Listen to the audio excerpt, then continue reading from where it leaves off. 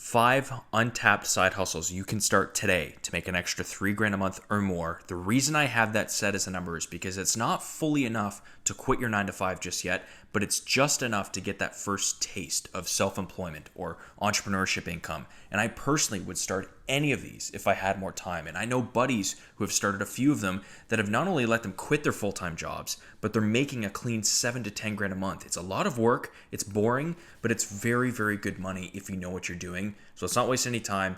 AI prompt engineering for businesses. This is the first one I wanted to talk about because there's a huge problem here. There's a huge opportunity for people who do this properly. Small businesses are already spending, money on the ChatGPT Pro plan, on Claude, on AI research in general, but they have no idea how to use it. They're not only that, but they're getting terrible results because they don't know how to prompt properly. They're asking AI, write me a marketing email instead of giving it context, tone, audience details, their niche, what they actually do. Like most business owners, they're trying AI once or twice, they get horrible results, and then they say, AI doesn't work for my business. It's like, of course it doesn't, right? There's a massive knowledge gap between AI capability and business owners actually understanding. So this is where you come in. What would you actually do?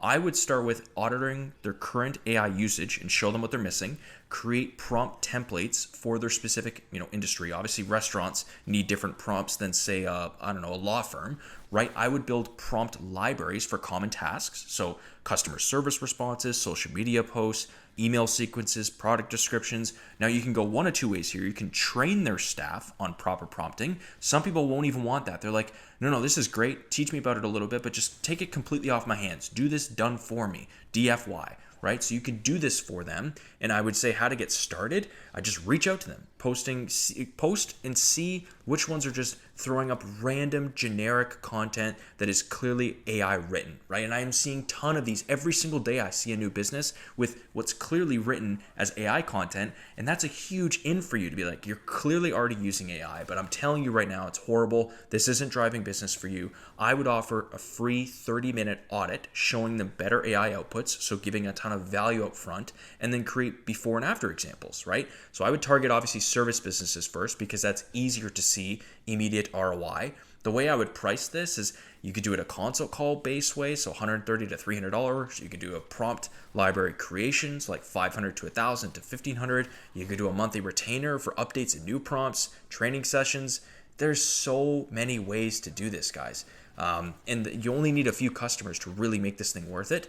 And obviously create industry specific packages, right? Like a restaurant pack, a real estate one, a lawyer one, like I said earlier. You can build libraries that change businesses and you could just, copy and paste essentially into their competitors if you really wanted to focus on that niche. So that's a big one. Number 2, review response management. What is the problem here? Business owners hate responding to reviews, but they know they have to. Generic responses look fake, they hurt their brand, negative reviews will sit unanswered, and that just honestly damages reputation, right? Positive reviews sometimes even get, ignored. That miss opportunities for building relationships with their loyal customers. They get at least 5 to 20 reviews per month, but they struggle to keep up. So what would you do? You'd write personalized responses that match the business brand's voice, if you will. Handle the negative reviews, professionally. Don't, display those. Turn positive reviews into marketing opportunities. So invite them back, give them a discount, mention specific services. You could throw this up on their social media and then review that. Be like their assistant for reviews specifically because that drives businesses forward. How would I price this? You could do a basic, a premium, and a full service. So basic would be like respond to all new reviews within 48 hours. Premium would be include review monitoring, monthly reports, reputation strategy, etc. The third could be like full service, encourage positive reviews, handle review crisis, get these on, socials, all that kind of stuff. The target that I would do is local businesses for sure, no questions asked, with lots of recent reviews, but either no or very poor response rates from the owner, right? Show examples of before and after, response quality, reach out after they get a bad review, because that's when their pain is highest, right? And then the pricing model, dude, you could do like a per reply, 15 to 25 bucks each, monthly retainer of like 500 to 1,000 bucks a month, percentage of review improvement metrics. There's a million ways to do this. It's just a matter of how you structure it and how deep you really want to go. Number 3, this is a huge one. I know this may be a little bit saturated, but local business TikTok management. So that platform specifically, or YouTube Shorts. Local businesses are seeing TikTok and YouTube working for others, but they have no idea how to start. They're scared of looking stupid or just genuinely not even understanding the platform. They think that TikTok is just for kids when in reality it has serious spending power if you know the audience that you're targeting, right? So restaurant and retail businesses especially miss out on viral potential, or even like local chiropractors or car dealerships. I'm seeing these brands built off of this, right? There's a guy who I know I think he's in New Jersey. He's got a huge car dealership. His traffic on YouTube is insane just because he posted his customer interactions. This is what this is. So local businesses have natural advantages. They're not franchises, right? They're one-offs, which makes them very exclusive and special. So I'd say behind the scenes content, the personalities of the team, customer reactions and testimonials, educational content, trending, items or things, before and after transformations. There's a million ways you can go about this. I'd say your service offering is posting and community management, content strategy and scripting, obviously you filming and editing. So this is like very hands-on, but it's still a great business.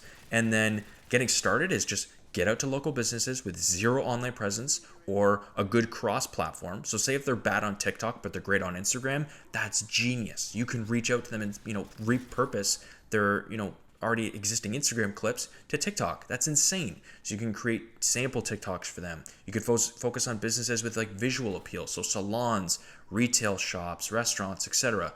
And then pricing structure, I'd say minimum you could charge here is $1,000 to $3,000 a month, depending on how active they really want to be. This is a massive opportunity. Or you could even just do a per video to get your foot through the door. Obviously, I'm a big fan of free work for the right customer, so you could offer some clips and repurposes for free as well. Number 4, these last two are definitely for sure a little bit more gritty. First one, Facebook Marketplace flipping. This is easily the most accessible that you could literally start like after watching this video. I personally am on Marketplace all the time, just looking at stuff, just because. So you could focus on a specific niche where you develop like expertise, so electronics, furniture, collectibles, etc. Build relationships with regular sellers if you can, so like garage sale hosts, estate sale companies, local shops. I see this all the time, even in my neighborhood. You can create buying routes, right? Just develop almost like value add refurbished skills, right? That you can find someone that's like, there's sellers every single day that I see on Marketplace. And I'm like, damn, this guy doesn't really know what this is worth. And then I click on the image and it's a little bit scuffed up. And he literally says in the description, I just don't have the time. I don't want to work on this. I know it's probably worth more, but just take it off my hands for $50. When in reality, if you just fix up some of the scuffs, it could be worth $300 to $500. Like that's what this is. So high profit categories that I would focus on is electronics, like I said, so phones, tablets, gaming systems, designer brand name items, vintage and antique collectible items, exercise equipment, always amazing, tools and workshop equipment. You could go as far as like car flipping or just different items along the automotive sector. So there's so many options here, guys. How I would get the first couple customers is very simple. It's like a matter of literally just getting on one marketplace, getting on one app, buying an item for a low amount price, either value adding so you get direct money improvement there, and then reselling it, taking fresh pictures and just reselling it to the right thing. And don't be afraid to drive out here if you need to. List it in multiple area codes. I've seen that as a hack for people. I'm like, wait a second, I saw this 2.5 hours away in a different city listed for sale. That's interesting. So that person listed it, and now they're probably getting traffic. If they need to drive an hour, but they're selling it in for $500, it's more than worth their time, right? So just think about that. The 5th is easily I'm going to literally call this the local, quote unquote, hands dirty cleanup business in a literal sense. So I'm talking garbage, recycle bin cleaning, mobile car detailing, window cleaning, dog waste pickup. Like, why do these work so well? It's because people hate doing these tasks, but they know they need them done regularly. So there's low competition naturally because everyone wants the clean online businesses, which there's nothing wrong with either one. You could do both if you really wanted to. But the main thing is this is always going to be recession proof. People need basic home services. There's very high margins on these. So we're talking 80 to 90% after your equipment costs, right? And you can even charge premium because it is dirty work that people don't want to do,